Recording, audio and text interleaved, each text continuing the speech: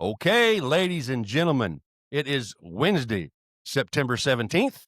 This is the Wrong Call Sportscast. Josh Tidwell, Dave Yagi. Yep. We're back. We're going to come we're to you back. every freaking week, ladies and gentlemen. So we're going to try to entertain you guys. So we'll start off with a little bit of Try PGA is a news. big word.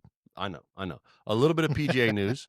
The only thing going on is the Ryder Cup, which is still not till next weekend, not this coming weekend, the following weekend. We got informed. Yes. Dave wanted to know if the Ryder Cup came from the rental truck company when we talked about it last week. And the Googler, Mr. Brad Damron, informed us that the Ryder Cup is named after Samuel Ryder, a British businessman who donated the very first trophy in 1927. That's where kind of like the Stanley Cup. It's called the Stanley Cup because that guy donated that trophy. Well, see, there you go. Yep. Interesting little tidbit of something there for you. So that's thank you, Brad. That's how the Ryder Cup became known as the Ryder Cup. So that's about all I have for the old game of whack fuck. That's still going on. The golf? The Ryder Cup? No, it starts the 20th, not this weekend, the following weekend. Oh, they just take that long of a break? Yeah, I think there's another couple little small tournaments going on, but that's the big kind of finish of the year. I missed that part. In golf, if you will. So got just a little bit of racing news. The room for you racing folk out there. Last week we said the next race for F1 was Azerbaijan Grand Prix. Yep, what he said. So that wasn't last weekend. It's this coming weekend. NASCAR. Last week was in Bristol. Christopher Bell won that race.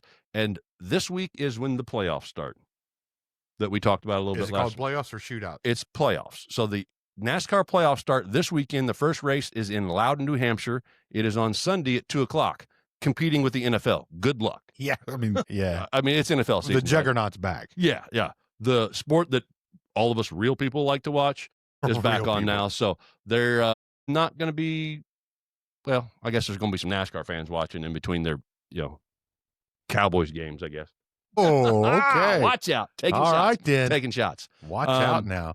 We're going to change the format up a little bit because we've got a special guest here in a few minutes. So we're going to go ahead and get into a little bit of MLB. Dave's segment right now. We'll do the hardball. I've got just a couple notes real quick before you get into all the stats and stuff that I saw. Cal Raleigh, as he's known as the Big Dumper.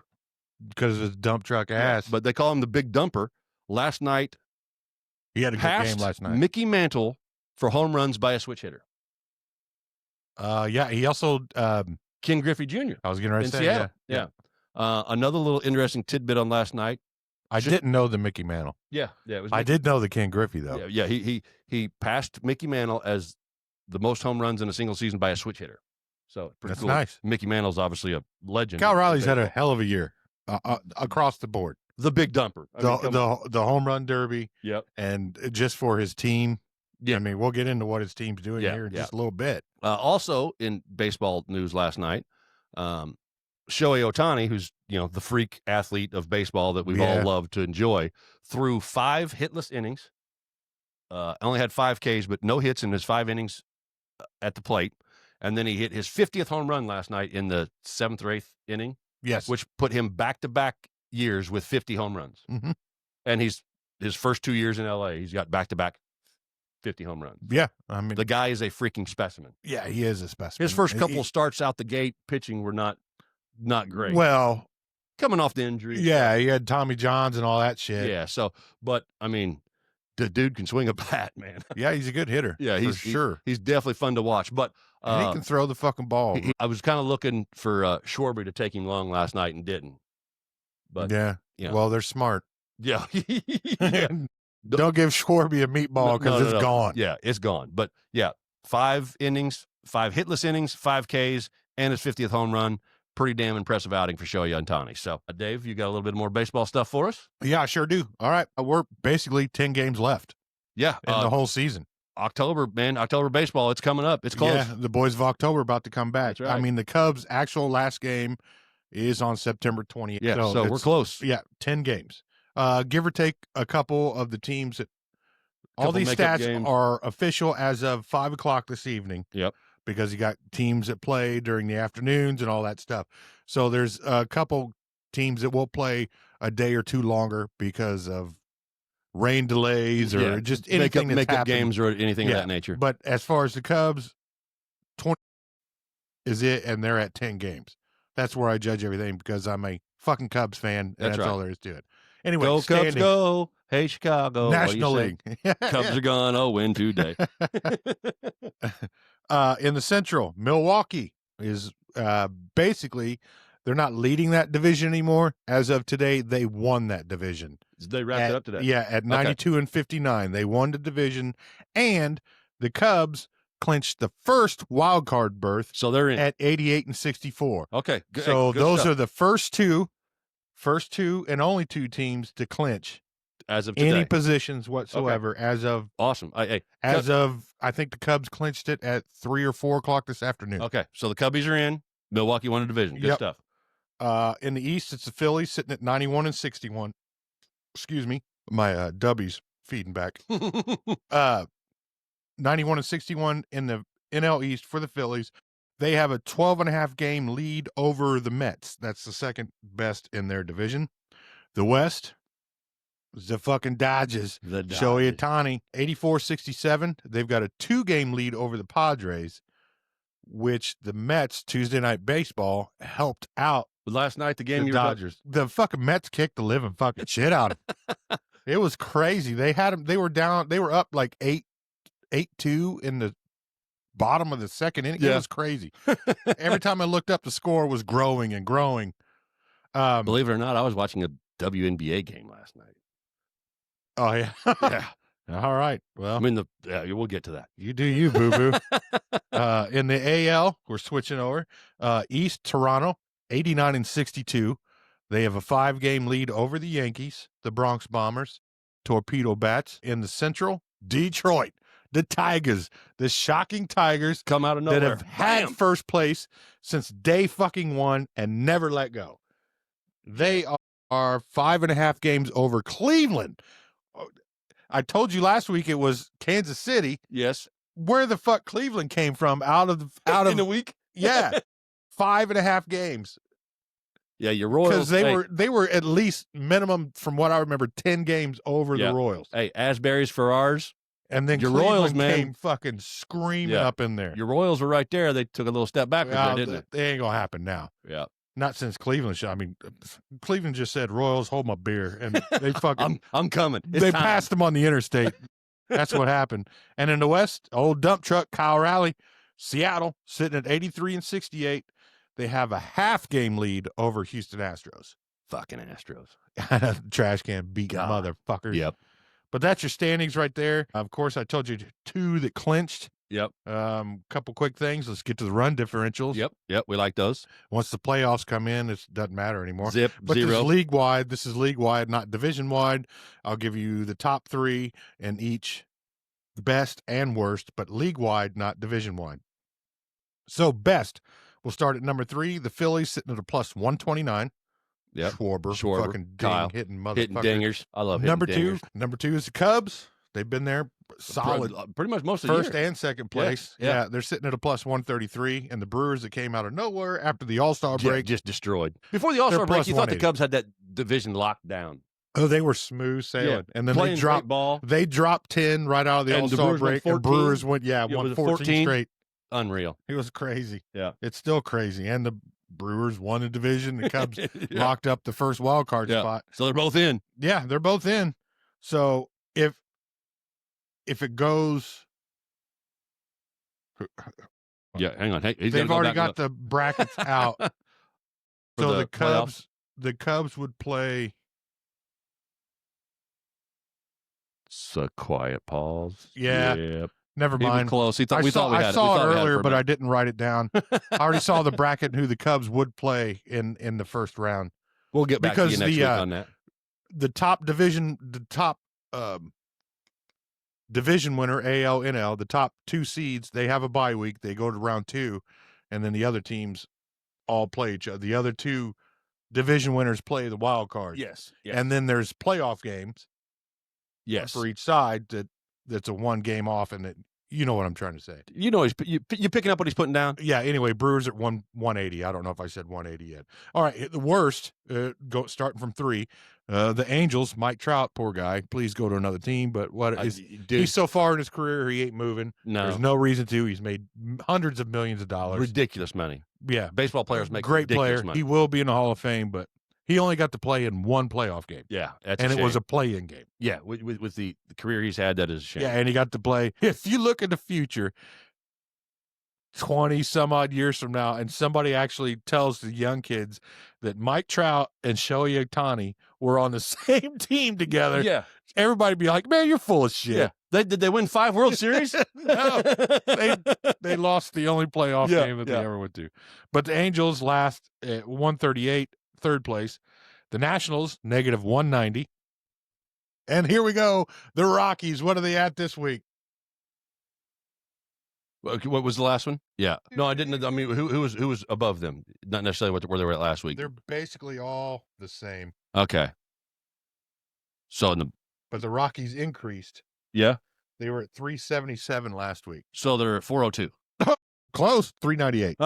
Negative 398. But side note for the Rockies. Did they get another win to not get that? They got another. They got 5 more losses. Yes. But they got another win, and they are no longer one of the top 3 worst teams in baseball history. So give it up for the Rockies. Yeah, give it up for the Rockies. Yeah. So you still lost 5 quick. We do our shittiest quarterback segment that everybody likes, but I mean, you talk about some shitty baseball. Yeah. You run differential negative 398. Yeah, that's on. bad. That's bad. It was 377 last week. Yeah, I know. And they went backwards more. I mean, they're kicking ass, taking names.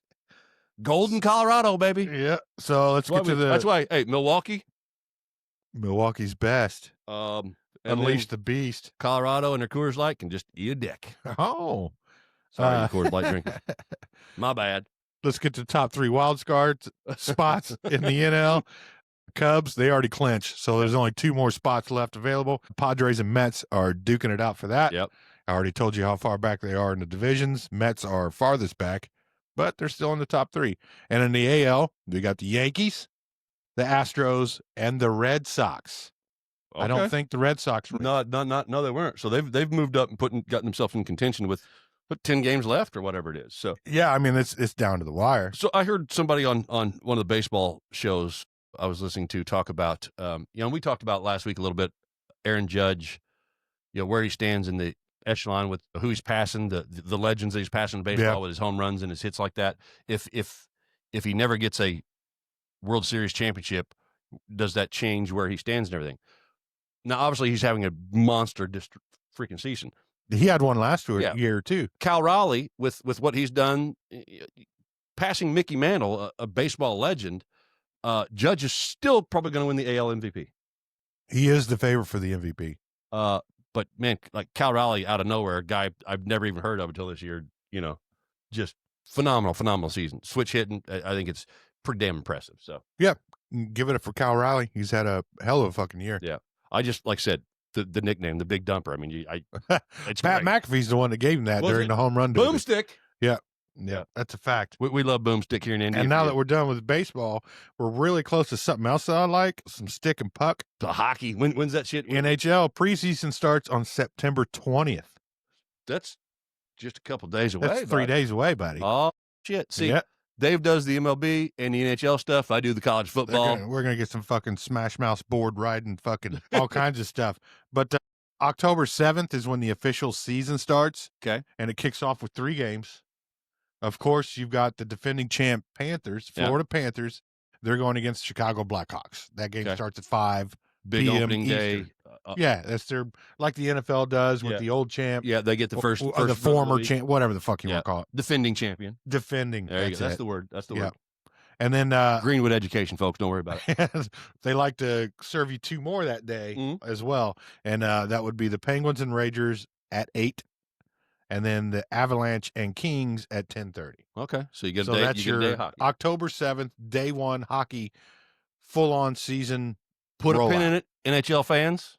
It's coming. It's close. But like I said, October baseball's coming. NHL's kicking off. Checking. One-timers. Fucking bring it on. We're going to get more sports.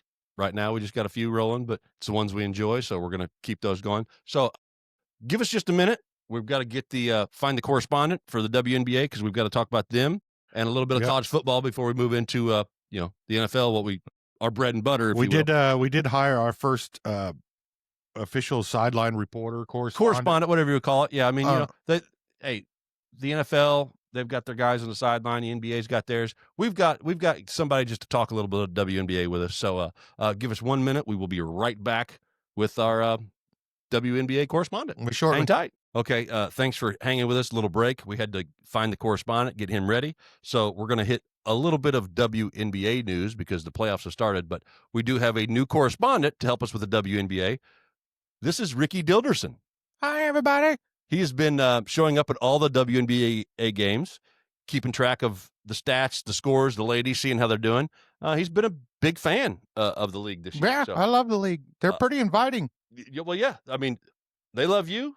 You love them. And I love them. Sounds like a match made in heaven. So the WNBA playoffs started on Sunday, Rickey. Yeah, they did. I'm pretty excited. But let's go ahead and break down where we stand so far in the WNBA. Currently, the number 1 Minnesota Lynx playing the number 8 Golden State Valkyries. Minnesota is up 1-0. Game 2 is tonight. So you got a pick in that game, Rickey? Let's go with the Lynx. Go with the Lynx. All right, the Lynx it is. Number 2 Las Vegas Aces are playing the number 7 Seattle Storm. That series is tied 1-1. This is a best of 3 series. So, the next game is tomorrow night. Number 2 versus number 7. Are the favorites going to pull this one out, Rickey? I'm definitely going with the Aces because I'm a fan of number 1. Okay, there we go. See, Rickey's got all the insight for you guys. I'm telling you. He knows what's going on. The number 3 Atlanta Dream are playing the number 6 Indiana Fever. Now, that's the game I watched last night. The Fever did have their Stranger Things jerseys on, which were pretty damn cool because Stranger Things is filmed or is a series that is in a made-up town in Indiana. So, but hey, Rickey, the Fever came back, played great ball last night. I watched the game. What'd you think about it? Let's go with Fever all day. All day. Come on, Fever. All day, Fever. And they got no Sophie Cunningham, no Caitlin Clark. Yeah. Good stuff. Fever, next game is tomorrow night, which today is Wednesday. We'll get this out on Thursday, but the game is Thursday at 7:30. Lastly, we have the number 4 Phoenix Mercury and the number 5 New York Liberty. New York leads that series 1-0. The next game is tonight. So, Mercury and Liberty. Who you got, Rickey? I like the Big Apple. Let's go with the Big Apple. Okay. Anything you want to add about? So I know I've noticed you've been showing up at some NFL games too here recently. Yeah. Personally, I got some extra time off with the playoffs coming, and the NFL's letting me dick around and come out, hang out the end zone. Caleb Williams is my favorite player. I love him. So, well, Rickey, we love seeing you at all the sporting events, taking your time to get a little bit of insight for us. We're going to have to get you on the sideline a little bit more, but Rickey, thanks for joining us today for the WNBA. Thanks for having me. This has been great. All right. Hey, Rickey, we will see you next week. All right. We'll see. Till next time. What's happening. And by next week, when we do this, it will be the next round of the WNBA playoffs. So I might get T-shirts. Who knows? He might get T-shirts. Rickey might have his own T-shirts. So, Rickey, thank you for joining us. Thanks for having me. We got to talk a little bit of college football. Be right back. Bye. Dubby, for all of your energy and hydration needs. Comes in tons of fantastic flavors. Check them out at dubby.gg.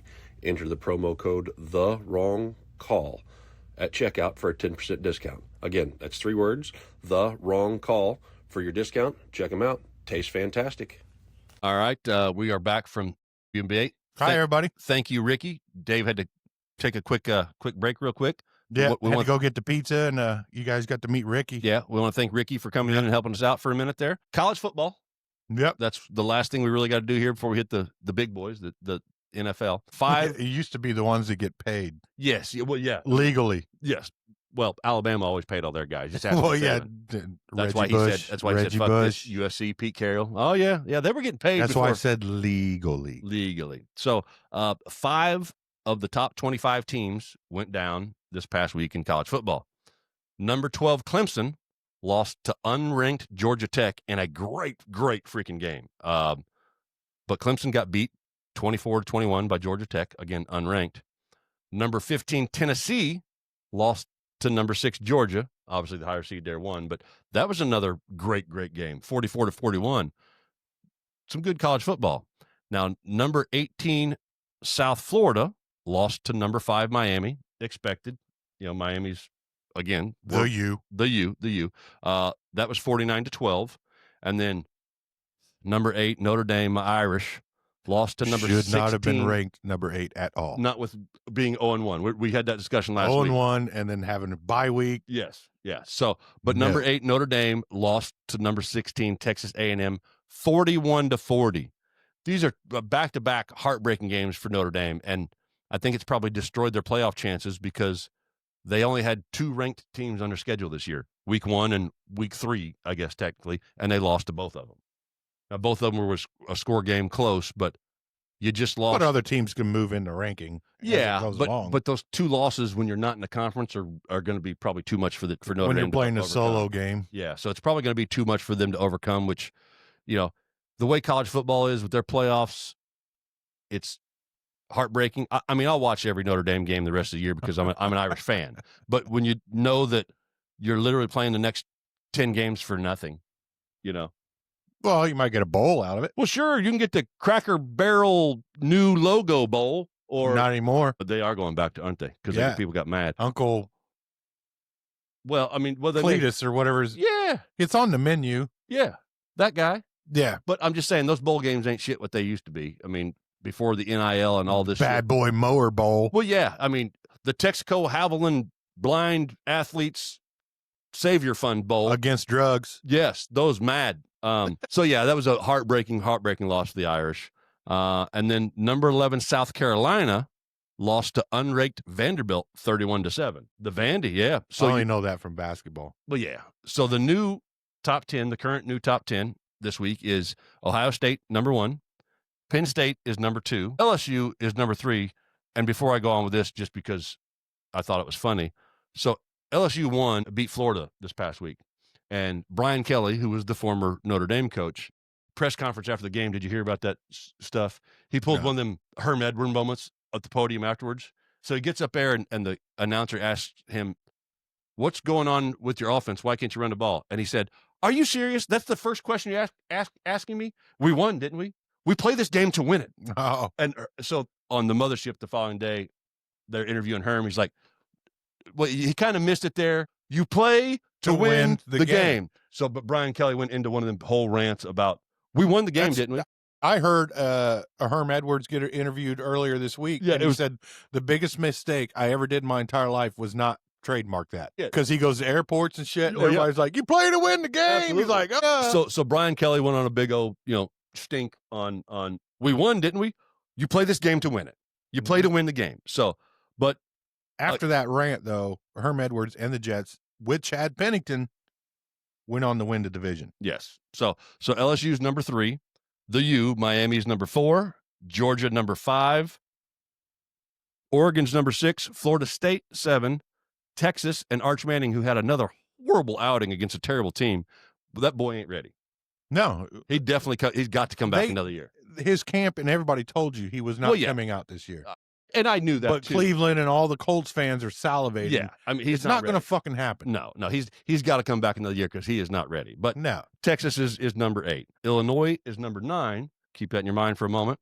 And number 10 is Fighting Illini. Number 10 is Texas A&M, who just beat Notre Dame. So we've got a couple top 25 matchups this weekend. There's 3 top 25 matchups. You've got number 17 Texas Tech versus number 16 Utah. We have number 22 Auburn versus number 11 Oklahoma, and number 9 the Fighting Illini going to Bloomington to face the number 19 Indiana Hoosiers. 7:30 Saturday night. That game's at Memorial Stadium. Going to be awesome. And I think the Hoosiers are actually favored in that game. But both of those teams haven't really played anybody that non-conference, easy bullshit. No, but the Hoosiers put up 73 last week. This is one of the best teams that the Illini's had in a while. Oh, quite as far as the age of the players, and they've played together for a few years. Yeah. So that's another good couple matchups. And again, we're Indiana folk. His son goes to IU. I'm an IU super fucking fanatic. So it's going to be a great game. Pulling for the Hoosiers all day. I just mentioned Brian Kelly and his little rant. When he did that rant, was it in that fake ass Louisiana No, accent that he tried. Yeah. That he tried when he first got When he hired. got down, all of a sudden he was Cajun. Yeah, he was choking on gumbo and all that stupid shit. Idiot. I'm glad we got rid of him. I'm glad the Irish booted him. That was straight cringe. No, I'm sorry. That was total cringe. Irish didn't boot him. He left to go to LSU. Yeah, they offered him more money. And he said, well, I wanted more opportunities to win. And Marcus Freeman, unfortunately, up to this year, has played way better ball than he has at LSU. But again, regardless. So Dabo Swinney, who is the Clemson coach, had him a meltdown at the stadium at a press conference too. Yeah, I heard about that. Because he lost, they lost to Georgia Tech, and he went on a rant. He's like, well, if Clemson, if y'all want to get rid of me, if you guys just don't like winning, if you don't like winning, you just let me go. Well, first off, after you get a loss, yes, don't ever say if you guys like winning. Well, yes, because you currently just did not do that. I know, but he's going off of his last 10 years, couple championships. I know, but you're literally coming up. Let's read the room here, buddy. Well, absolutely. They're only busting your nuts about what just happened. They don't give a shit about the last 10 years. No. That's how the media works. That's how we work in this room. Yeah. Unless we like legacy things like opening day of the NFL. We spent probably 2 hours just talking about our favorite NFL players. Yeah, in the garage. Since we were fucking kids. Just random. Just best receiver of all time, running back. Just great conversations with everybody that was there. Because we love it so much. But the media wants to, you just lost the game you weren't supposed to lose. Instant gratification. Yes. What have you done for me lately? Don't say if you don't like winning. Yeah. That's when he should have realized. But he's also, he doesn't want to play the new game. That's where I was going with that. Yeah. So, Nick Saban is going to go down as one of the greatest college football coaches of all time. Okay. Yes. But how can he not? Yes. But I'm not even a college fan. But you know who Nick Saban is. Yeah, I acknowledge that 100%. Yeah. He won a championship in LSU. He won a championship in numerous championships in Alabama. But these old school coaches, the way it's changed with the transfer portal and NIL money, it's a different game that these guys are in now. And you have to, what's the word? You have to change with the times. Yeah. Your old school shit's not going to work, but everybody's more competitive now. There is parity with the NIL because everybody can pay their players legally. Yes. So there is some parity that comes there, which is, for a fan, it makes it more exciting. The extended playoff makes it more exciting from a fan point of view, but from a X and O's coaching standpoint, it's a completely different game now that these guys that have been so successful have been used to for so many especially years. The older college coaches, their whole goal, they were so successful on recruiting. Exactly. Which is like just here. Their goal is to get into here on a top recruit's family room and talk with the mom and dad. Sell the school. Sell the school. Sell the NFL dream to these kids, and that's what Saban was so good at. Nick Saban, with all them years with Derrick Henry and those guys, these kids were 4 or 5 star running backs out of high school. Yeah. That knew that if they sat on the bench for 2 years and didn't play, that 1 year they got to play was going to put them in the NFL. Basically, that's what Saban was so successful. The receivers those years he put out, and the defenders and the running backs. But Swinney's he's the old school guy. Yeah, he won the old man in the room. Yeah, he's showing his age, which he's actually probably still a great coach. Oh, absolutely, but he refuses. He wants the top recruits, and then let's get a couple NIL guys. Yeah, and just add some spice to the flavor. It's just a different game. Whereas all these other teams are like building. They're basically the free transfer agency free agency every year. Yeah, they're and who gives me the most money? Minor league NFL teams, and promising these kids are going to get drafted. Yeah, so it's just a different game. And Dabo Swinney's been an amazing football coach, but he hasn't changed with the times, which is why Saban walked away. And I don't think he will. He probably won't.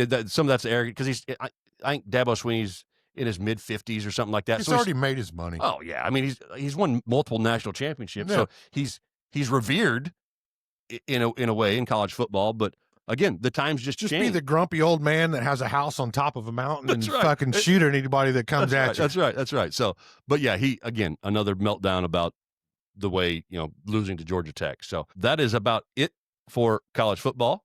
So we are going to take our first actual break here and come back and recap week 2 of the NFL. Yep. Everybody say hi to Rickey Dilderson. Rickey's there for moral support for us. Yep. He'll be a big part of our group moving forward. We just hired him. Yeah, we did just hire him. He's pretty excited our to be here. Our first official employee. Yeah. Rickey Dilderson. He stands tall and does his job well. So, yeah, we're going to take a small break, and we'll see you on the flip side. We'll be right back. 2 and 2. We're back from our quick little break. It is time to recap week 2 of the NFL. It was a good one. There was some good games. There were some close games. A lot of freaking injuries, man. We lost 5 quarterbacks this week. Oh, yeah, we did. Yeah. So a couple of them are out for extended time. A couple of them are questionable this week. So we'll get to them as we kind of go through the games. But we started out week 2 with the Washington Commanders at the Green Bay Packers on Thursday Night Football. That was Packers all day. It was, and Micah Parsons might really be the difference, man. Game wrecker. Yeah, he is a game record. Now, I think he only had a half a sack that game, but through 2 games, he's got 1.5 sacks. Yeah. Well, I mean, Jaden Daniels, as good as he is, welcome to your sophomore year. You know, they typically always do have a little sophomore slump. That's the way it works. And Jaden Daniels obviously had an amazing rookie season. But you think about a couple of those wins were some of those crazy, the Hail Mary play. They did win a lot of one-score games. Yep. Towards the end of the game, but they still won. Yeah.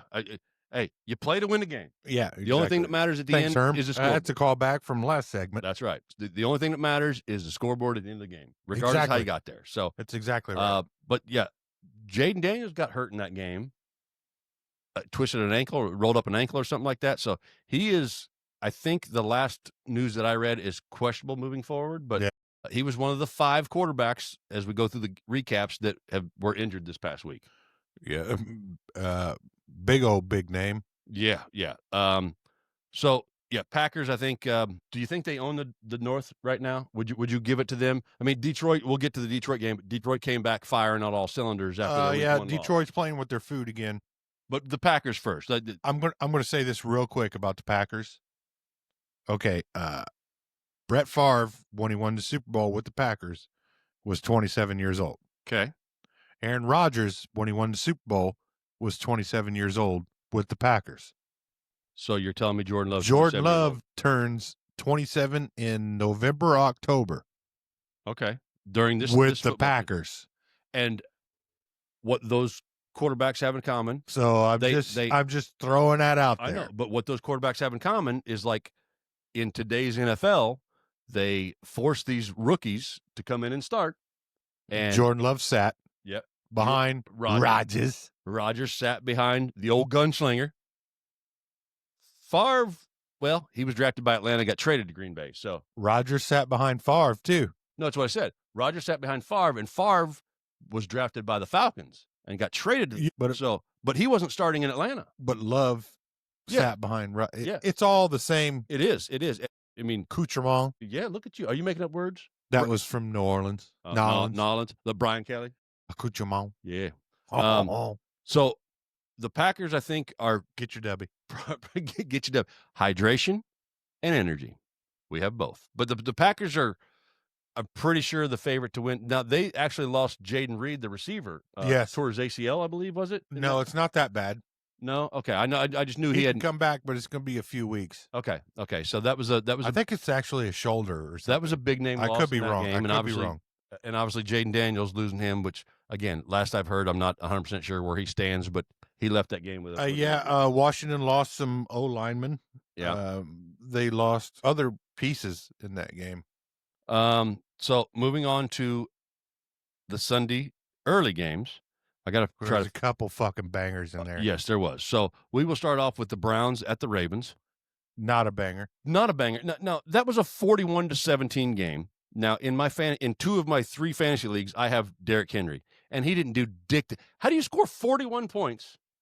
And the star running back had like 20 rushing yards. Well, Cleveland had that game close, and then Flacco threw that interception, and it broke it open. Yes, but the Ravens played with a lot of short fields. Yes, based off of turnovers and the special teams field position game. So if I'm not mistaken, and let me look, the Ravens did not have a lot of offense in that game. Lamar threw for 225. Henry ran for 23 yards. Lamar Jackson ran for 13. So, I mean, we're talking less than 300 yards of offense, and they won 41-17 against Cleveland. Yeah. So Flacco obviously didn't look fantastic. Dylan Gabriel, the number 2 quarterback, got a little bit of playing time in that game. Yeah, he showed up for a series or two trying to do the, that kind of thing. He was 3 for 3 for 19 yards and a touchdown. Well, that's pretty good. That's 100%. Buddy, that doesn't put him on a shitty quarterback week list. That's the problem with the Giants is they want Jackson we're talking Dart. about Cleveland right now. I know, but I'm just saying the Giants want Jackson Dart so bad that they put him in for a series. Yes. And they immediately know what's going to happen. Anybody that plays against them, they're like, all right, let's fuck this kid up. Yes. So they're trying to do that with Jaden Daniels in Cleveland, but you're all messed up. Jaden Daniels in Washington. God damn it. Well, hey, I swear he's not drank that much. Dylan Gabriel. My bad. Shador My Sanders bad. is behind him. Don't forget about Shador. Yeah, that dude don't even put on a helmet yet. So, yeah, the Ravens, with little offense, destroyed the Cleveland Browns. Yeah, they did. 41-17. Next up, we had the Jags at the Bengals, which turned into a close game. That was a very close game. Jags had a chance there, but unfortunately, in that game, we lost Joe Burrow. Yep. And this has been, we talked about this off air a little bit and texting back and forth a little bit this week. So Joe Burrow is in his 6th season. Exactly. And I mean, Joe Burrow is a bona fide stud. He's a great, great quarterback. He is the last true old style quarterback that plays like Brady and Breeze and Manning and those guys. Yeah, that could pick apart a defense. Yeah. He only runs when he's got to, if he's got to get a couple yards. But he's a pocket guy that can pick apart and read. I want the ball on the spot. Yes, yeah. And it's a damn shame that all the money that Cincinnati's, I mean, as a fan, you love offense, right? You love the big plays. You love the big yards for the receivers. Because offense sells tickets. Yeah, defense wins championships. Absolutely. And Joe Burrow and the Bengals have put up astronomical numbers, but they have not protected this guy by any means whatsoever. No. Let me it's see. Almost a crime. It really is. And I thought I saved something, but I may have deleted it when I was showing your wife pictures. So there was a comparison that they did on the mothership. It's on the socials. If you want to look it up, I posted it yesterday. Joe Burrow and Andrew Luck, they compared them two guys off of where they're at. Andrew Luck played 6 seasons. The sacks, the QB pressures, the hits. Joe Burrow I think, had more sacks but less hits than Luck had through 6 seasons. And Burrow's missed more games than Andrew Luck did through 6 seasons. Yeah, he's had the last couple shortened years. Season. Yeah. The wrist injury, was it an ankle injury? But now the toe, which, and somebody please change the definition of turf toe, because it literally sounds like you stubbed your toe. But it is actually a pretty terrible injury. That he tore ligaments in that shit. And it's just horrible to walk and stand on and mobility. So, but turf toe just sounds like such a bitch injury. It kind of does. It does. It kind of does. It's like, what, your vagina hurts, so you can't play? But the Bengals have not. You have a prolific quarterback and a prolific receiver, and you cannot protect him, and he's getting hurt. I mean, obviously, last year they were putting up. You've had multiple opportunities. Yeah. You're putting up 35 points last year, but you're giving up 40. But you've had multiple opportunities in multiple drafts to get an offensive lineman. Yeah. Same thing the Colts did with Andrew Luck. Exactly. I mean, that's why. And Andrew Luck had his kidney split in 2. Yeah, lacerated kidney. Yeah. Fuck that. Yeah. And Andrew Luck was, we talked about this before the show when we were talking about the Burrow deal, the comparison. And Andrew Luck, and this isn't just the homer in me, Andrew Luck was a completely generational, amazing, talented, smart quarterback. And he was built like a tank. He was an awesome, awesome quarterback. He would have, if they'd have protected him and he had a Peyton Manning, Drew Brees, Tom Brady length type career, it's hard to imagine what he could have done, with what the ability that he had. And they're doing this to Joe Burrow, and Joe Burrow's in that kind of realm of that upper echelon of quarterbacks, and they're completely letting him down. They're completely letting the city of Cincinnati down. Yeah. And all the fans, man. I mean, you've always been a big Bengals fan. Oh, always. I grew up a Bengals fan. Yeah, so I'm still going to always root for him. But it's a shame. I'm a huge Burrow fan, and Chase and the T. whole Higgins offense. and Yeah, the whole offense is awesome. amazing. I think it's really kind of like But when you can't Carson protect it. Palmer was there with Yeah. and TJ, Chad Jones. who's your mama? Yeah. How's your Championship, but prolific offenses and Boomer Esiason and the Super Bowls. John Kitna. But they don't pay people. They're a habitual poverty franchise, but they don't need to be. They are. But I mean, for a minute after Jamar Chase That's got his bad deal, ownership. It is what that is. Jamar Chase, when he got his contract, and it's moved up since then with like Myles Garrett and these guys. But Jamar Chase was the highest paid non-quarterback in the NFL, which is great. I understand that because he is an amazing receiver. He's a game changer. Yes, he is a game changer. But you got to give Joe Burrow time to get him the freaking ball. Yeah, no shit. I mean, a lot of those those were just chucking it in the air and hoping for the best. And Jamar Chase is good enough to make those happen, but Burrow had no time. And obviously, you've just lost a franchise quarterback for the year, and their chances of making the playoffs are, completely went downhill. Yeah. I mean, Browning did good a couple years ago when he stepped in for him, but yeah, but it's just he's serviceable. Yes, he's not bad. No, but with all the weapons that they have, he still may look pretty good. Yeah, but a guy of that talent, you've got to protect him, man. You've got to protect him. The Colts did it to Andrew Luck. That Ryan Grigson was a horrible fucking GM. I don't know why we decided that, but moving on. Well, we decided. He showed us that. Giants Cowboys. What a fucking game, buddy. Are you kidding me? I'd never in a million years expected that. After the shit that the Giants put on the field last week. Yes. That was, I couldn't believe it. So Malik Neighbors is, as they like to call him, he's him. He is him. And Russell Wilson, not that he looked great, but he put some yards up. Jesus Christ, he played like 2013 Russell Wilson. Yeah. But but again, because Neighbors are so well, just, hey, chuck the ball in the air, bro. Yeah. Go get it. Yeah. But he did drop a couple dimes on him. Fucking was that defender nasty? With his eyes, the ball. Put his hand right over his face. Yeah. Neighbors Malik Neighbors played at LSU, and then Aubrey out of nowhere busting a big old 63-yarder to take it to overtime. Oh yeah, here's Aubrey. He sent the game. Okay, they went in overtime. Yes, he hit a 64-yarder to go to overtime. Yeah, when it was all said and done, he hit the game winner. Yes, and it was 46 yards. Yeah. See? You see what he did? 64, 46. I didn't do that. Aubrey did that. Aubrey did that. Yeah. But, I mean, what a game. Not expecting that whatsoever. So, I mean, Dallas is working on losing their D. After that game, neither team had a defense. Well, no. But, I mean, like I said, Wilson, they did give Jackson Dart a little bit of a minute, try to see what he was worth. Well, yeah, but every time he comes in, they know exactly what's going to happen. But, obviously at the end of that game. It's kind of like the old Wildcat plays. Yeah. But the NFL was cool with for 2 years straight. At the end of that game, Russell Wilson, that he chucked one up for Neighbors that last play. Yeah, but he got picked. But he threw it like, hey, Neighbors was streaking down the sideline, and Russell threw that thing to the inside. It was the easiest pick you could get in the NFL, I think. Yeah. So that was a great fucking game. It was a good game. I enjoyed the piss out of it. I was rooting for fucking Giants all day. I was too, just because to see the Dallas lose. I mean, you love seeing Dallas lose. We do, at least. That was the greatest game that Russell Wilson ever played in his entire career. Well, I don't know if it'd go that far, but no, literally stat-wise, that is, and Okay. I'll tell you later. Okay, so yeah, that is Russell Wilson's greatest stat line he has ever played, ever, and that includes winning a Super Bowl, going to another one and losing. That is the greatest stat There line you go. that Russell Wilson has ever had. He's going to back it and up. I will tell you later. He's going to back that up. Yeah. So, but the Aubrey with the 64 to go and to the overtime 46. and the 46 to win, 2-2, flipped a coin.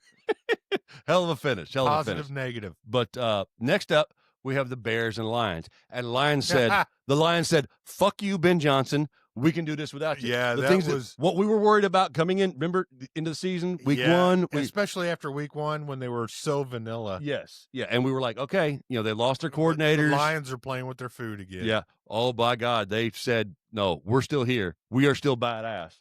Goff 5 touchdown passes. September is let's think about it. October is let's get at it. Yeah, that's the way the NFL works. Goff made it happen. And he did. He looked good. Yeah, the whole he team did. looked good. Yeah, Detroit came back. Now it's still Chicago. Yeah, and I'm not sure if I'm not sure if Caleb Williams is the guy. He Well, shows flashes that's here and NFL. there. That's NFL Jesus, man. Again, that's only going to last so much longer. He keeps his shit up. I mean, don't get me wrong. Romo Dunze, because he's on my fantasy team, that's the only reason I know, had a pretty damn good outing. 160 yards and 2 touchdowns. But Caleb actually played good that game, so I wouldn't put it all on him. No. It was just the Lions were just fucking coming at Dan you. Campbell said what we've all been, everybody in the media has been saying, how are they going to do with their coordinators gone? Ben Johnson knows everything about them. Dan Campbell said, I might have had something to do with this fucking team. And they put it on the Bears. Patriots at the Dolphins. Another great game. 3-27. Yes, it was. There's a fucking stat from that. Malik Washington for Miami returned a punt. Then the back-to-back. Was that? Okay, yeah. And then the Pats' Antonio Gibson returned a 90-yard kick return. Yeah. Okay, that's the second time in NFL history that has ever happened. Okay. I didn't know it happened before. The very first time was in 1992. Desmond Howard for the Redskins. Okay. And then followed immediately back up with Deion Sanders prime for the Falcons. Yes, that's where he was originally drafted. Both of those were originally drafted because Desmond Howard went on to win a Super Bowl with Brett Favre as the fucking Packers, because remember, he was the number 1 receiver then. Yes. Okay. Yes. Okay. Wow. In 1992. But yeah, that was actually awesome. That was late in the game too. That was a great game as well. Miami takes that thing back. Yeah, they got the lead with that one, didn't they? Yeah, and then fucking immediately following the Pats take one back. That was good football. It was fun shit. Niners at the Saints. Who knew? 26-21 I didn't watch a fucking lick of that. I saw a few highlights. I did not either. I'm not a fan of either one of those teams. Saints are fucking terrible. But they did terrible. Put up points. Well, what did it end up? 26-21. Yeah. How the fuck does that happen? But the Niners quietly somehow. Now the Niners lost Brock Purdy in that one. Yeah. No, they lost him last week, didn't they? Or no, I thought they lost him. Either way, they got regardless. George Kittle was week 1. Yes. Niners are back in injury hell. Yes, they are. No Kittle, no Purdy. Yeah, and Brandon Ayuk is nowhere to be found. Yeah, Juwan Johnson, I don't know if he's back or what, but yeah. Next up, we have the Bills and the Jets. Bills kicked the living shit out of them. 30-10. Josh Allen doing what Josh Allen does. Yeah. Broke his nose, came out blooding and shit. What's the Jets kid's name? Out. That's one that Justin Fields. Justin Fields, concussion protocol. He's already out this week. They have ruled him out for this following week. So yeah, Josh Allen broke his nose, came out. He's wearing a visor this week just to protect the nose. All right. He was pretty pissed about that too. Oh yeah. I think because to break your nose when you're wearing a face, that dude had to get in there with a Judy chop. But no, I saw the highlight again, and I think he caught a knee to the top of the helmet, and the helmet came down. Oh, the helmet got him? This helmet came down and caught him on the bridge. So I didn't watch that game either because I saw it was an ass whooping. Yeah, it was. I mean, nah. It's the Josh motherfucking Allen, bro. MVP. It could happen again, but my MVP's coming. This year's MVP. When we're going to get that set up because the music's coming. I got a new MVP for this year, Yegi.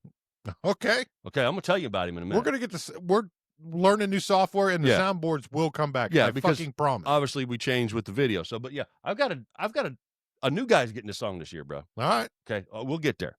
So, I don't know. It's Bryce Young, and tell me why. No, it's not Bryce Young.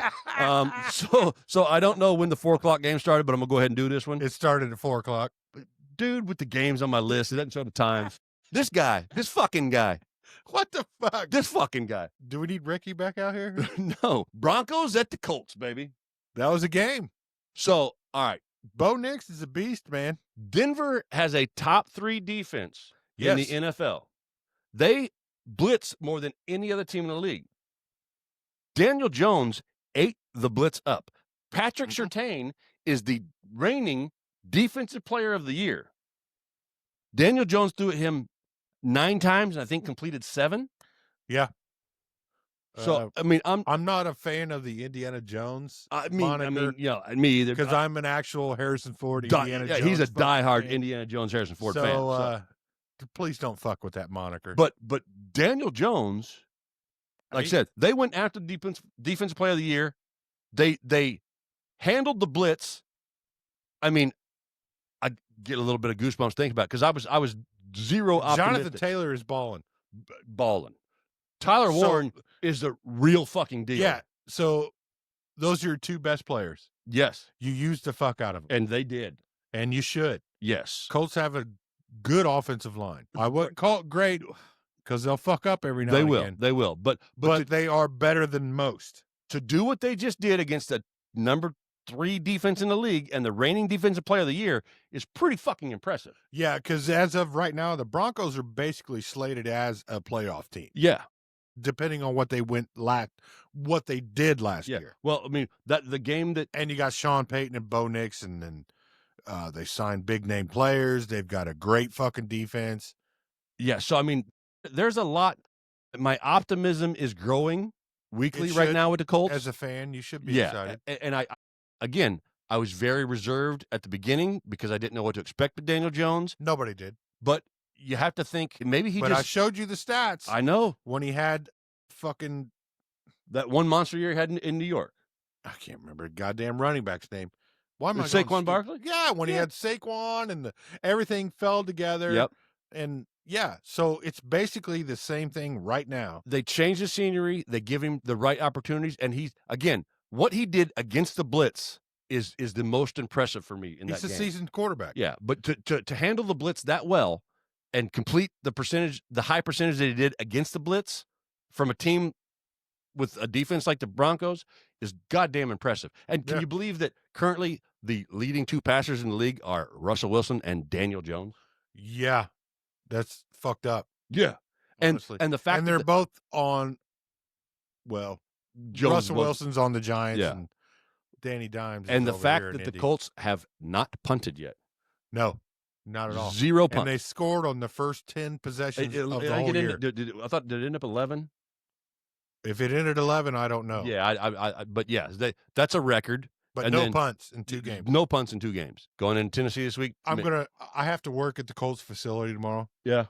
I will say, if anybody offers you a Tootsie Roll and a pack of Doritos for Anthony Richardson by trade deadline, you take what any team is going to fucking give you, and you let that project be somebody else's problem.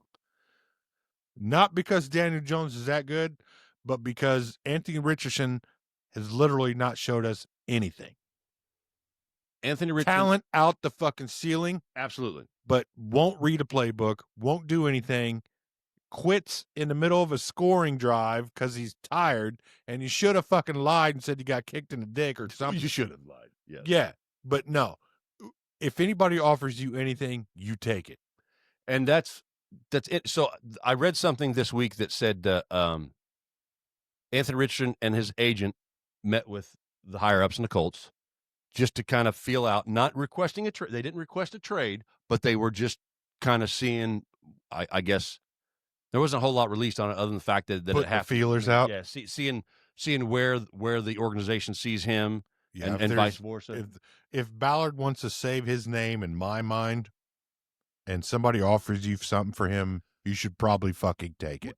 And I'm not saying, I mean, it's only 2 weeks. It's a short sample. So I'm not saying but those 2 weeks, Daniel Jones has been amazing. Better than the last 3 years with Anthony Richardson. The offense has been efficient. The numbers that he's put up. Hell, I had to pick up fucking Danny Dimes for my fantasy team because I lost Joe Burrow. So, like I said, again, I don't want to be that guy as a legitimate Colts fan that starts screaming Super Bowl. Right. You got to curb your enthusiasm a little bit, but don't go over Homer. Yeah, no. But what he's doing is impressive. It's efficient. It's we're actually seeing the offense work. Yeah, run very well, and the defense is complementing the hell absolutely. Out of it. And we played with 3 starting DBs out and our lot two not playing either. So we had some holes to fill on defense and got to be the greatest signing that the Colts have had in years. Because I've always bitched about Chris Ballard not signing free agents. Well, and he knew his job was on the line. He'll actually take it. He'll be like, all right, well, I've ignored this area for a couple years. Well, yeah, and he knew his job was on the line with the whole Richardson. That's why he needs to double down, and if somebody's offering you shit for Richardson, wash your hands of it. But he may go somewhere else and be awesome. You never know. It's possible. Obviously, it's not here. No, but the Cam Bynum, Cam Bynum's got a pick last week 1, week 2. So I like the little celebration with blue. Blue. Yeah, it was good stuff. So, I mean, enough about the Colts. But yeah, I'm becoming more optimistic. Let's put it that way. They are the talk of the league because it's a shock to everybody. It is. honestly. It is. Everybody wrote It's Daniel a shock Jones to off. fucking Colts fans. Yeah, and I'm a fucking diehard Colts fan. So I look at the numbers, and that's they're impressive. they are totally impressive. Yeah. Seahawks, Steelers. Okay. Aaron Rodgers and them came back down to earth a little bit, didn't they? Yeah. 31-17. Aaron Seattle. Rodgers got real pissed. Boy, he did. That one play in the end zone. Caleb Johnson. What are you talking about? The punt or the kickoff return? No, I'm talking about when he was thrown to the pylon. Oh yes, yeah. And he had a guy that was actually he was throwing back in end zone, back shoulder fade. The guy was going deep, but the guy cut from the end zone and went back to catch that ball. He was supposed to pull his man towards the pylon to get the ants out of the picnic, and he went for the ball and blocked the actual back shoulder fade. Yeah. And Aaron Rodgers lost his fucking shit. Well, and then after that, it went all downhill. And then was it a punt or a kickoff? Whatever it was, but yeah, he let the fucker sail over his head and touched it on the way. Yeah, Caleb Johnson, the rookie running back. Yeah. I was like, that motherfucker ain't on kick return no more. Yeah, no. They self-imploded on themselves. They did. So, I mean, Seahawks got that one 31-17. Rams, Titans. Sam Darnold. Yes. Rams, Titans. The Rams, boy, Puka. Whoo. Yeah, Puka. Stafford. I saw an interview with Tom Brady just the other day that was asking him, they asked him, he said, you're talking about the new quarterbacks in the league and whatnot, you know, how the positions change with the running and stuff. And this has all come up with all the injuries, right? You know, and they asked him about, you know, the quarterbacks that are still in that old school Breeze, Brady, Manning mold. And he said, it's the first thing that comes to mind is Matthew Stafford. He's still in that pocket guy. He's not really trying to extend plays. Stafford's a bro. But Mafford. Yeah, but Brady said, when you see Stafford take the snap and do those no-look passes, you know, it's because he knows already where the defense is going to be because he's so cerebral. I love Stafford. I always have, always will. Loved him in Detroit. He's a straight bro, man. Yeah. But, I mean, they made pretty easy work of the Titans. Cam Ward did get his very first touchdown pass in that game. On a scramble. Yeah, he did. One of those plays that they say, don't ever throw across your body, across the field. Yeah, he's doing a Will Levis shit, and it's actually working. It is. I mean, hey. Where there's a will, there's a turnover. That's right. You beat me to it. No mayonnaise on his hands. But rough outing for the Titans. And Sean McVay actually tore his plantar fasciitis running down the sideline on that game. Panthers, Cardinals. Now, this was a whooping most of the game, and all of a sudden, really was. We were watching. I'm thinking, you know, Dave's got a nickname for Bryce because he's a Carolina fan. He was a Carolina Reaper, and we thought, you know, I'm watching the game thinking, man, I want Carolina to come back so bad so he can get his name back. They damn near did. Boy, they get close. The O-line is trash. They are really bad.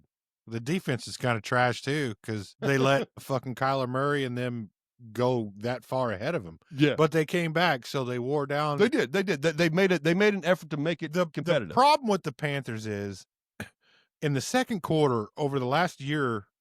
Since last year, since Dave Canales has been the coach, they've been outscored 94-0 in the second quarter.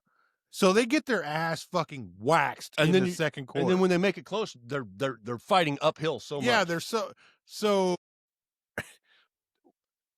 I have a bone to pick with you, Canales. After you're a good coach. I've already seen what you've done with Baker Mayfield and Geno Smith. But fuck, dude, after the first 15 scripted plays and until halftime, he doesn't know what the fuck to do. No, because the script part works. Yeah, then it falls off the rails. In the game. Yeah, then it falls off the rails. And then the second quarter, you're like, holy shit, we got our ass kicked. Yeah, and now all of a sudden, you're playing from behind and got it. They've made efforts to bring them close. Yeah, so don't blame Bryce. Don't blame the Carolina Reaper on that one because he did a lot. Yeah, and that last snap, and that dude that lineman's in the back behind Bryce Young, just blocking air. Yeah, dude. Come on, dude. You could have. Hey, that dude just hit the practice squad. Rickey Dilderson could have showed up on that game, and that offensive lineman still wouldn't have checked him. I mean, we don't know for 100% sure that he wasn't at that game. He probably was. I mean, he's been in a few I think NFL he was games. at the Chicago game, though. He was at the Chicago game. I did see him at the He Chicago loves game. Caleb Williams. I did see him at the Chicago game. So next up, we have the oh shit! All right, Super Bowl rematch, Eagles and Yeah. Chiefs. I didn't watch dick of that game. I honestly, because the Carolina game was going on, Yeah, and the Colts game was going on, I'm with you. They were kicking in highlights, and I watched the end of it, and I was playing video games. And the Eagles had to get a first down inside 2 minutes, something like that, and they're running the vaunted tush push Or brotherly shove. whatever you want to call it. It's whatever. So now here's the thing I have with this. Chris Jones, who is a all-pro There you go. defensive lineman, right? Pulling it. He is a bona fide badass. Yeah, he's a certified badass. So Jalen Hurts, statistically wise, did not have a great game. But again, like I said, the only thing that matters, it's not the stats, it's not the touchdowns, it's not the yards, is did you get the freaking W? Yeah. Right? So Especially in September. So Chris Jones is over barking something Pick about up the early wins. Yeah. Chris Jones over barking at Hurts about you didn't even have 100 yards or some shit. And Hurts said, we won the game, shut the fuck up. Yeah. That's because that's all that matters. And then they interviewed Hurts after the game. I saw an interview with him about his lack of yards or lack of plays, whatever you want to call it. He said, this is a team game, and this is where Hurts. I'm becoming a little bit of a fan. I can't be too much of an Eagles fan for some reason because they threw snowballs at Santa Claus. But that was how many years ago? It doesn't matter, Dave, okay? I understand. I feel the pain. Yeah. But the guy did nothing wrong but spread joy. Yeah, exactly. I mean, it's your favorite holiday, for God's sake. But Hurts said, and it was a really great interview, he said, this isn't about individual accolades. We won a Super Bowl. We're winning games. That's the only thing that matters. I don't need the yards. I don't need the MVPs. I don't need this. We need to win the games. And that's what they did. So, Dusty, Falcons, Vikings. That game sucked. It did suck. Man, that was our Sunday nighter. We were looking at that was the rematch from the national championship game. Yeah, Michigan versus Washington. Yeah. Michael Penis versus JJ McCarthy. Yeah. So yeah, that game wasn't fun. And now JJ McCarthy fucked up his ankle. He's not starting this week. No. He's another one of them quarterbacks that we lost. I vardag. Och när vi då lyssnar också på vad de behöver, då kan vi se hur det används i verkligheten. Och då balanserar vi allt detta. Då kan vi se hur det används i verkligheten. Och då balanserar vi allt detta, utvecklar på bästa sätt.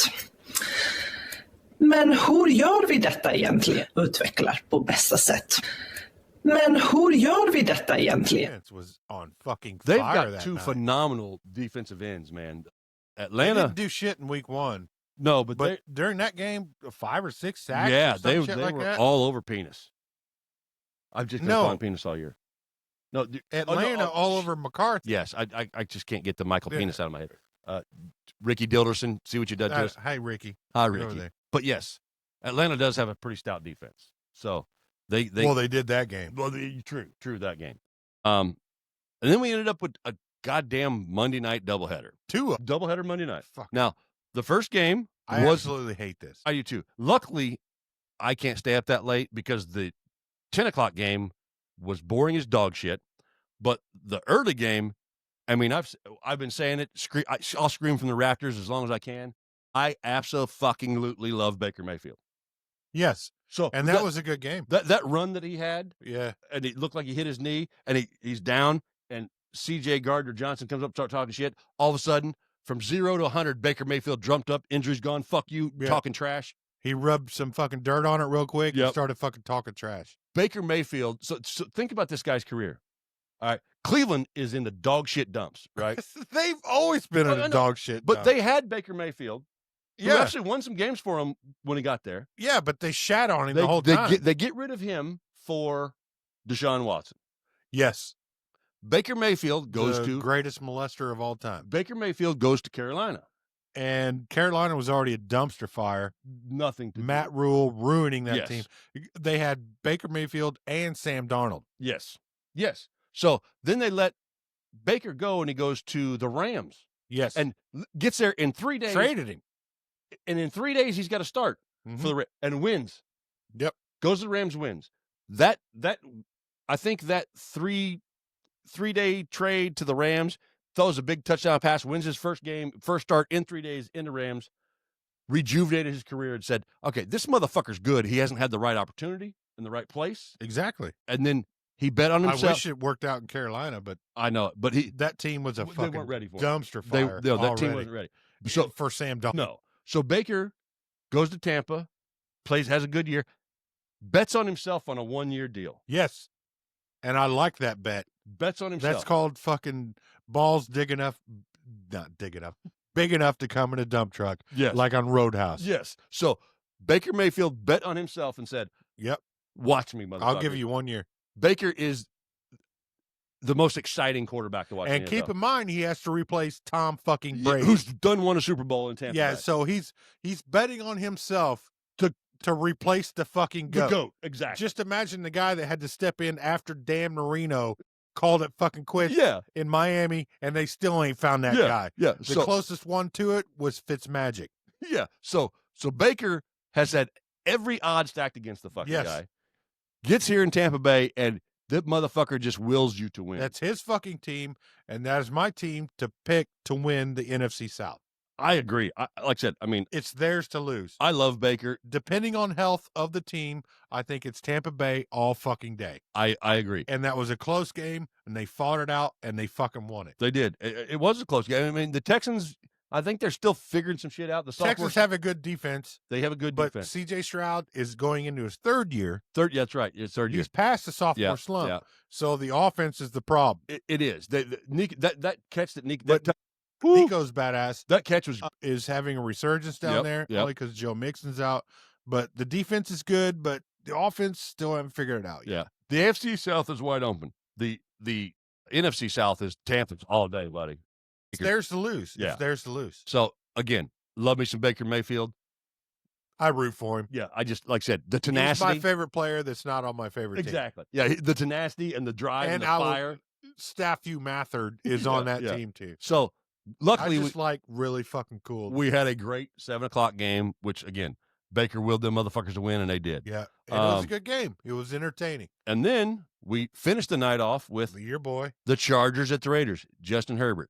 Who gets the new fucking music? That's your MVP candidate right now. You think right I'm telling you, Justin Herbert, because he's piping that one girl, Richard or Jenny Beers or whoever the fuck. Oh, Madison Beers. Yeah, Smoke show, buddy. And you've heard for many years. Well, I guess 2 years now, 1 year and a half. I'm mathing. Greenwood, don't worry about it. I've always been a Herbert fan in our fantasy leagues. The day he came in the league, I've always been a Herbert fan.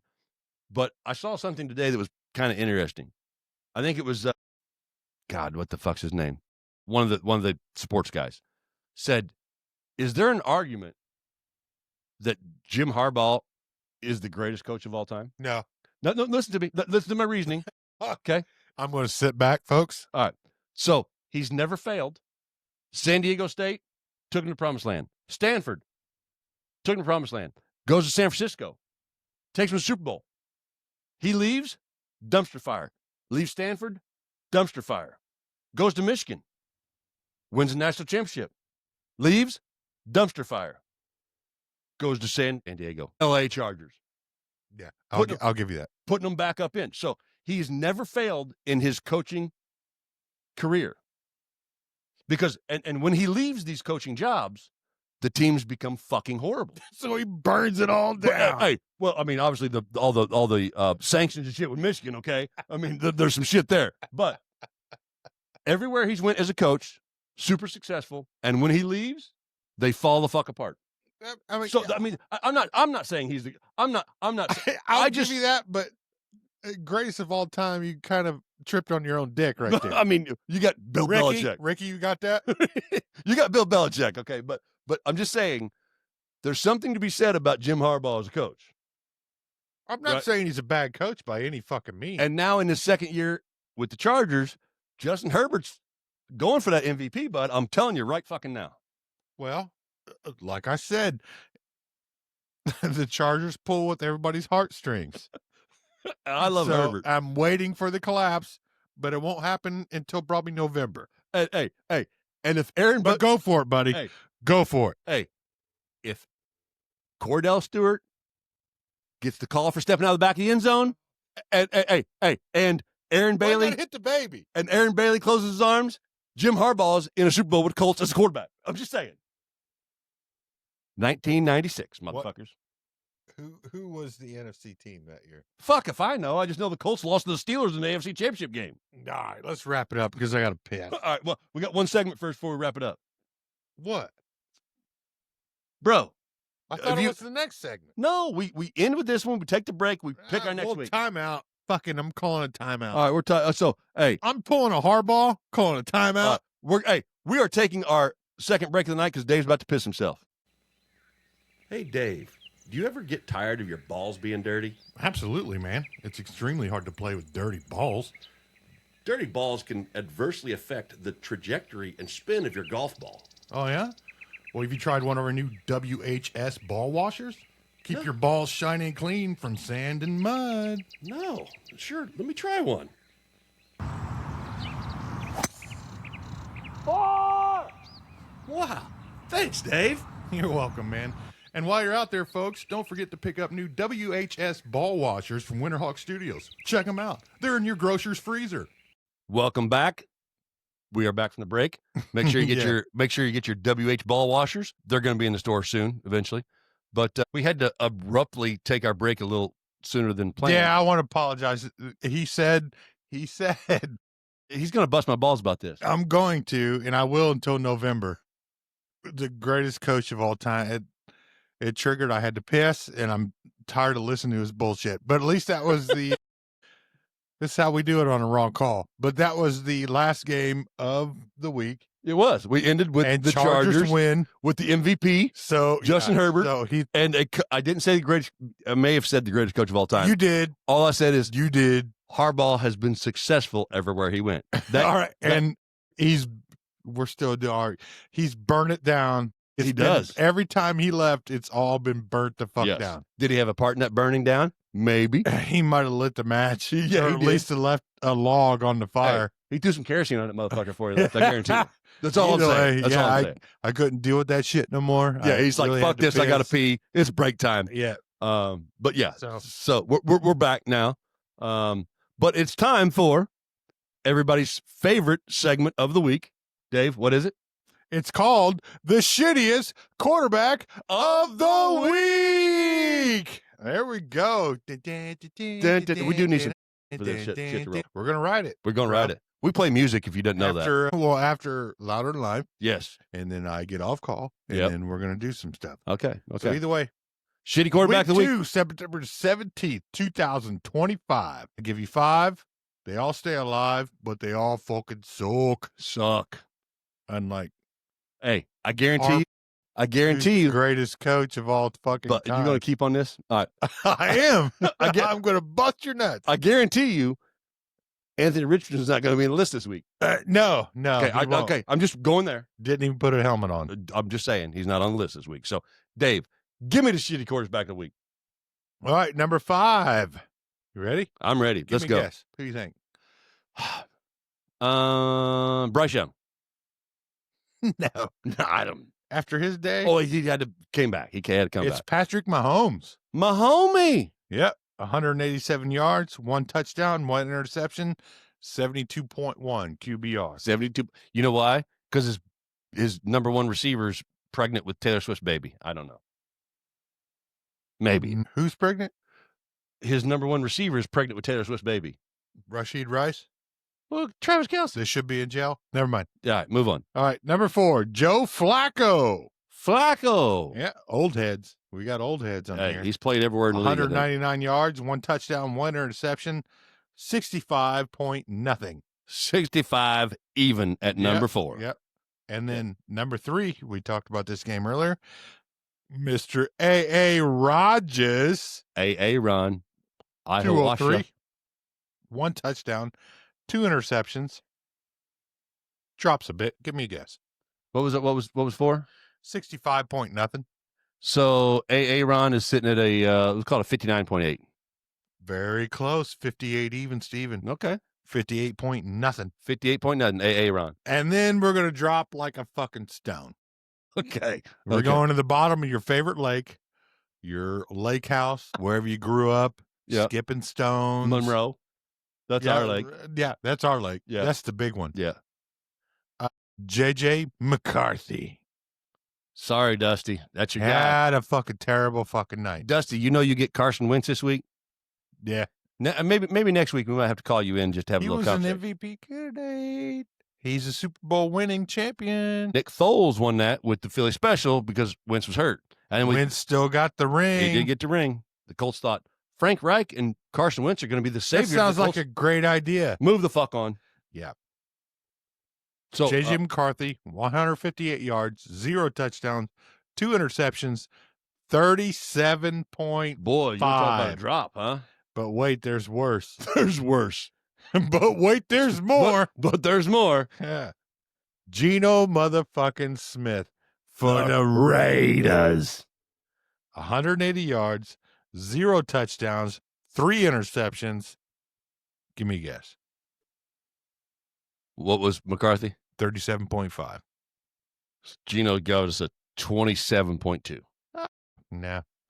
37 even Steven.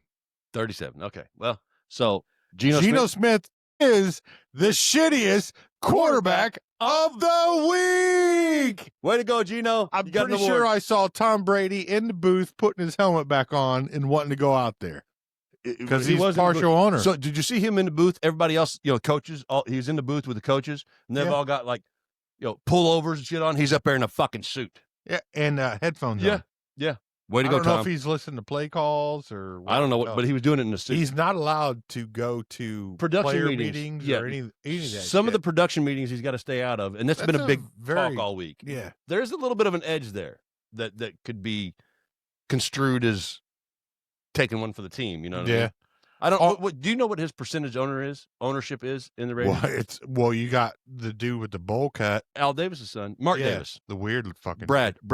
For next week, can you tell us what percentage of the ownership of the Raiders that Tom Brady's in on that, please? Thank you. It's probably 30 or 40% in my mind, but I'm going to flip the coin real quick. Oh, you got the best quarterbacks of the week? Well, I mean that Dallas fucking Giants game was so amazing. Russell and Dak. So 158.3 is actually perfect QBR rating. Okay.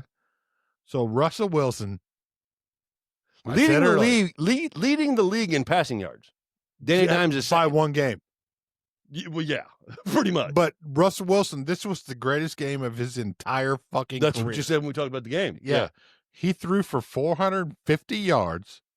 3 touchdowns and 1 interception. That 1 interception is what lost the game. The one he chucked up on a prayer. But he ended on a 123 point nothing. Okay.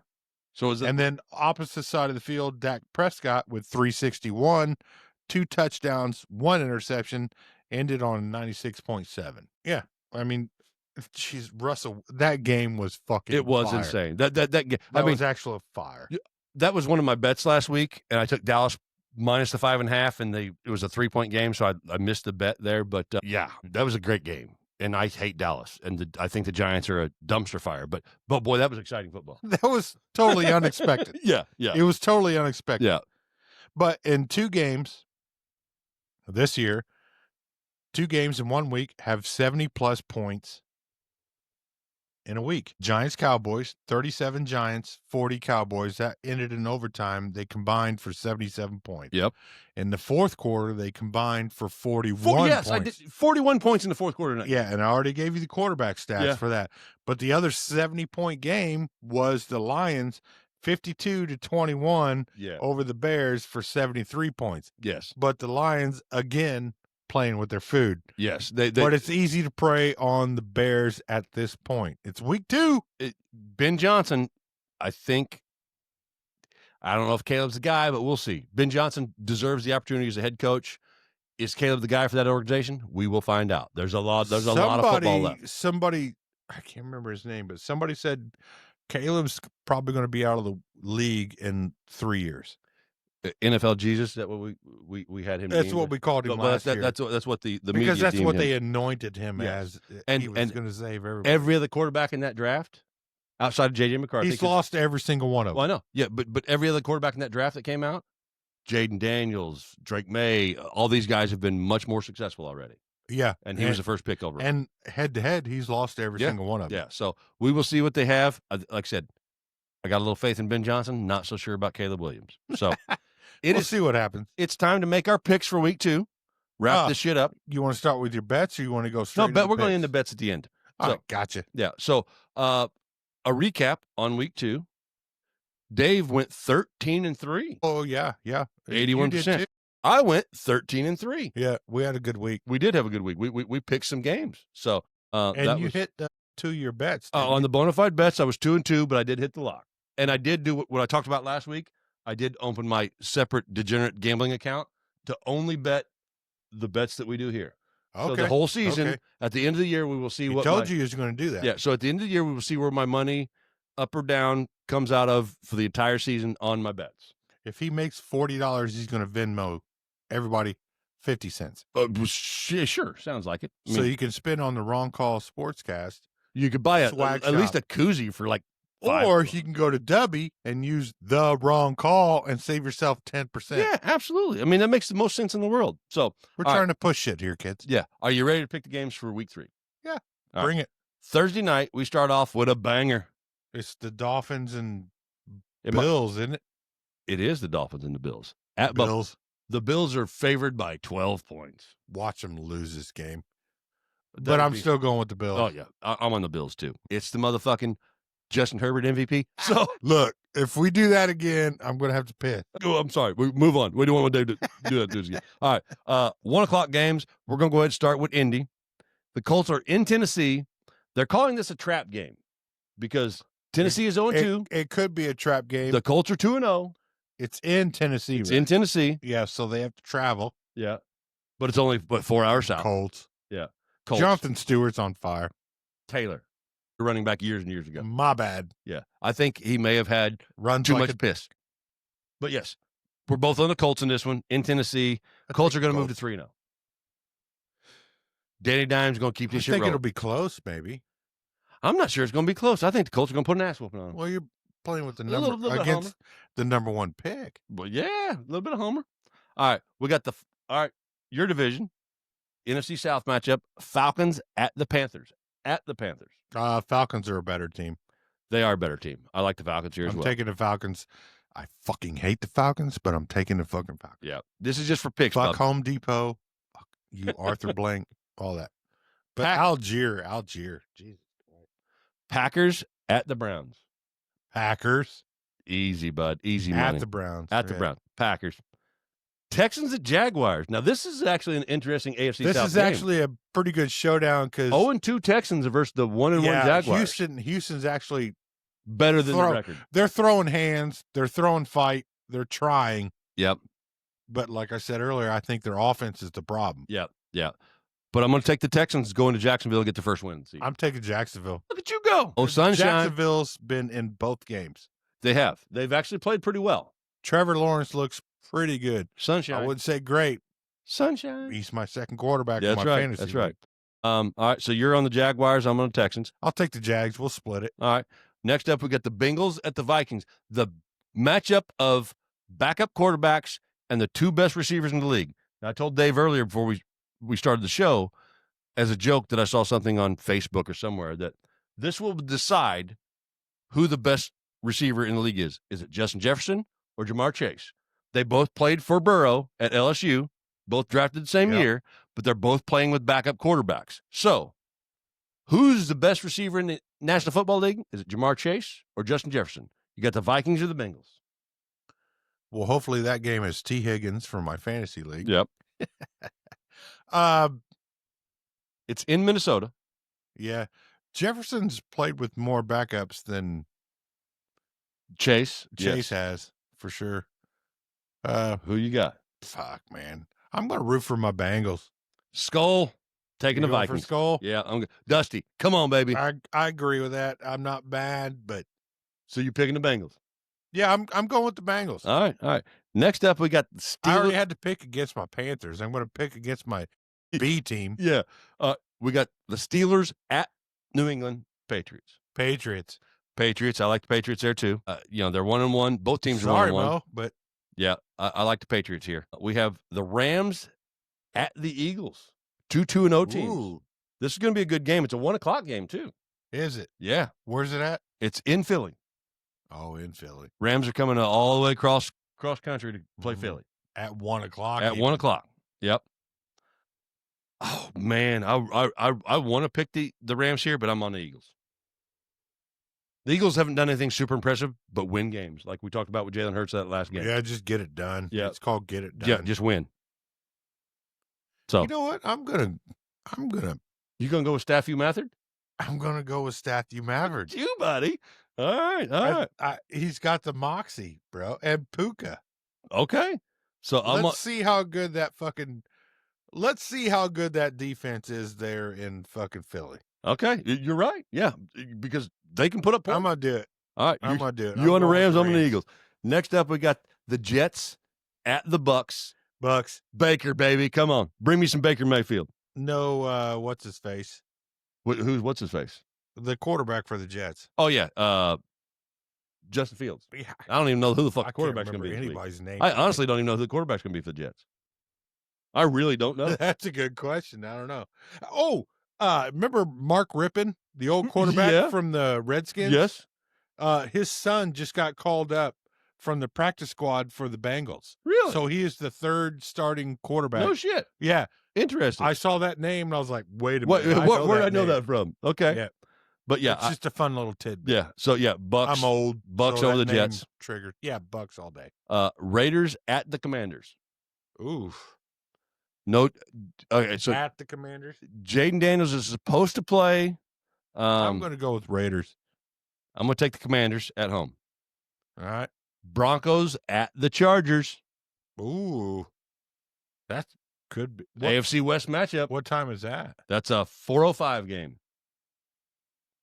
Broncos are going to L.A. to play the Chargers. Wow. I'm going with the MVP candidate. I'm going to die on this hill, bro. What about the coach? I mean, he's done well. I'm just going to go there. I don't want to fire you all up again. You know, out of shits and giggles, I'm going to opposite you, and I'm going to Take the go with Broncos? fucking Bo Nix and Sean Payton. All right.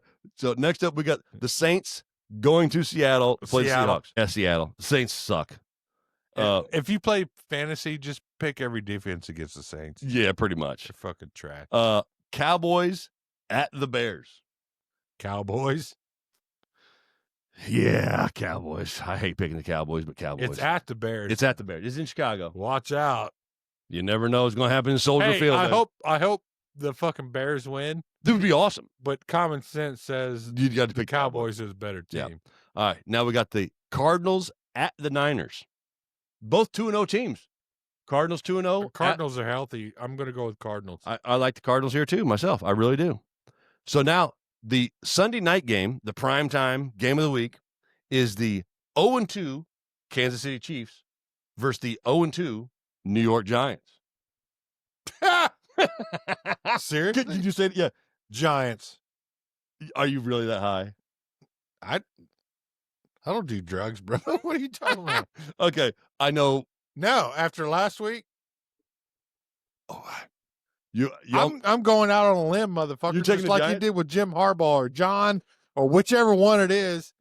No, I want to watch Kansas City fall to 0-3, dude, I do too. and I want the world to burn. And Taylor Swift has to change her hair color. And I don't really care about Taylor Swift. It doesn't care. She makes bangers, but she doesn't hurt my feelings. I don't care who she's fucking. Okay. So you're going to take the Giants over the Chiefs? I just want at home. I want the Chiefs to get humbled as fuck. So you're saying that the Giants After last week, what the Giants did, against I'd the like Cowboys? to see that again. I mean, I would too. I would love to see it, but I'm going to take the Chiefs to get their first win on the road in New York. It'll probably happen. Okay. It'll probably happen. The Giants will probably look like total ass. But Hey. I'm going to take the Giants. That way, if they win, I can be like, fuck I told I you. said it. Yep. All right. And I dig that. I enjoy that. Well, I want to pick the Giants, but It's a bold move, Cotton. it is a bold move, Cotton, on the Ocho over here currently in Winterhawk Studios. Let's see how it works out. So we finished the week on Monday night. The Detroit Lions at the Baltimore Ravens. Good ass game to finish the week. Week 3. Interesting.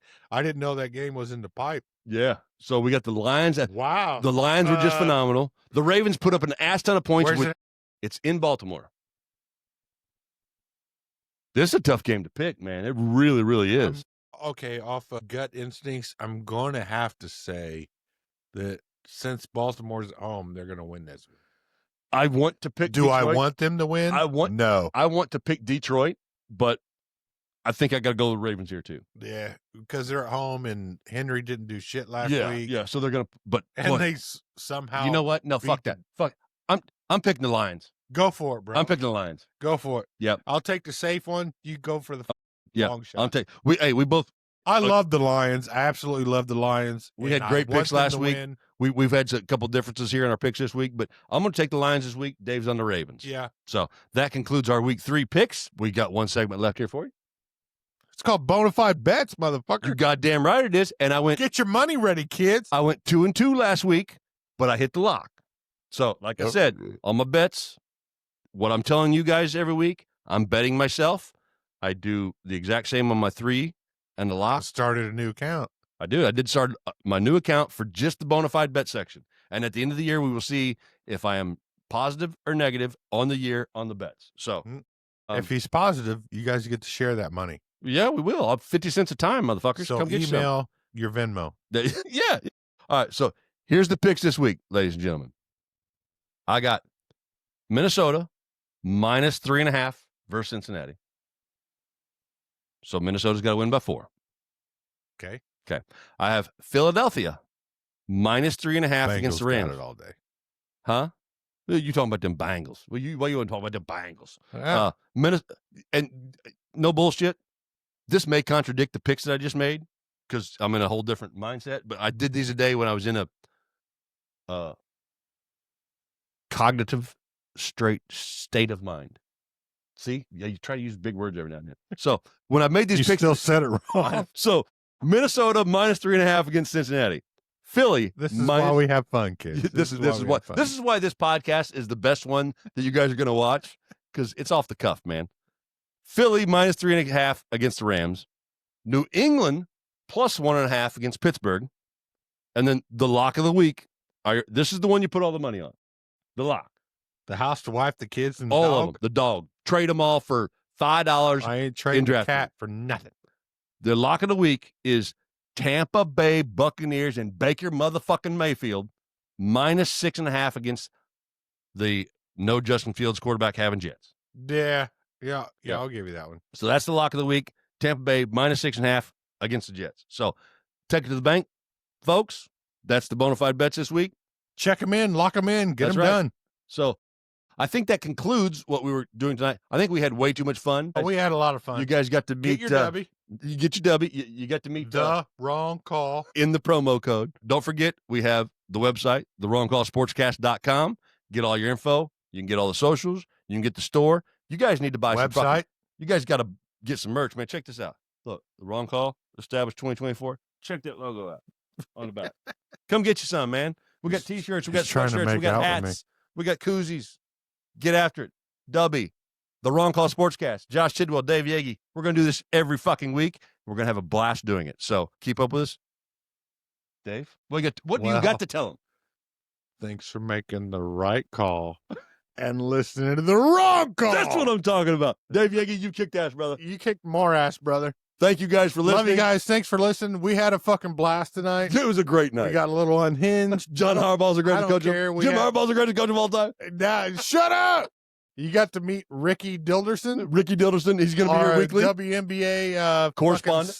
Correspondent. He'll be here for the rest of the WNBA playoffs. So, does he need his own social media account? He might. It's going to depend on how we hired him. We just hired him. We did. If you guys love Rickey Dilderson, he's a stand-up guy. He will have his own account. So you guys let us know. Either way, we love you, man. Thank you guys for watching and listening. We're going to do this every week. Peace out. Yep. Bye.